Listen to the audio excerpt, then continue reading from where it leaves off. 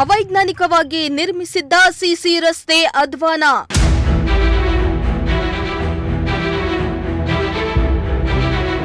ರಸ್ತೆಗೆ ಮಣ್ಣು ಹಾಕಿ ಕೈ ತೊಳೆದುಕೊಂಡ ಅಧಿಕಾರಿಗಳು.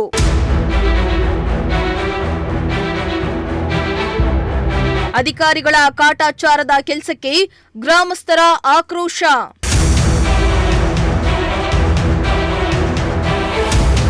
ಪಾವಗಡ ಎಂದಾಕ್ಷಣ ನಮ್ಮ ಕಣ್ಣ ಮುಂದೆ ಬರುವುದು ಅಭಿವೃದ್ಧಿ ಕಾಣದ ಬರದ ನಾಡು ಅಂತ.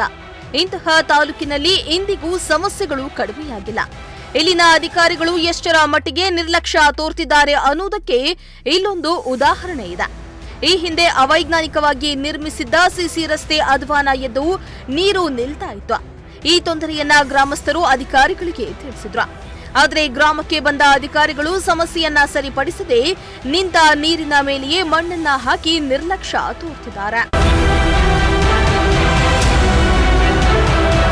ಹೌದು, ಪಾವಗಡ ತಾಲೂಕಿನ ಕೋಣನಕುರಿಕೆ ಗ್ರಾಮದಲ್ಲಿ ಅವೈಜ್ಞಾನಿಕವಾಗಿ ನಿರ್ಮಿಸಿದ್ದ ಸಿಸಿ ರಸ್ತೆ ಹದಗೆಟ್ಟಿತ್ತು. ಸುರಿದ ಮಳೆಯಿಂದಾಗಿ ಸಿಸಿ ರಸ್ತೆಯ ಮೇಲೆ ನೀರು ನಿಂತ ಇತ್ತು. ನಿಂತ ನೀರಿನಿಂದಾಗಿ ಗ್ರಾಮಸ್ಥರು ಓಡಾಡಲು ಪರದಾಡ್ತಾ ಇದ್ರು. ಜೊತೆಗೆ ರಸ್ತೆಯ ಅಕ್ಕಪಕ್ಕದಲ್ಲಿ ವಾಸಿಸುವ ಜನರಿಗೆ ನಿಂತ ನೀರಿನಿಂದ ಆರೋಗ್ಯದ ಸಮಸ್ಯೆ ಕಾಡ್ತಾ ಇತ್ತು. ಈ ಕುರಿತಾಗಿ ಗ್ರಾಮಸ್ಥರು ರಸ್ತೆಯ ಸಮಸ್ಯೆಯನ್ನ ಬಗೆಹರಿಸುವಂತೆ ಪಿಡಿಒಗೆ ಮನವಿಯನ್ನ ಮಾಡಿದ್ರು. ಆದರೆ ಬಂದ ಅಧಿಕಾರಿಗಳು ರಸ್ತೆಯ ಮೇಲೆಯೇ ಮಣ್ಣನ್ನ ಹಾಕಿ ಕಾಟಾಚಾರದ ಕೆಲಸವನ್ನ ಮಾಡ್ತಿದ್ದಾರೆ.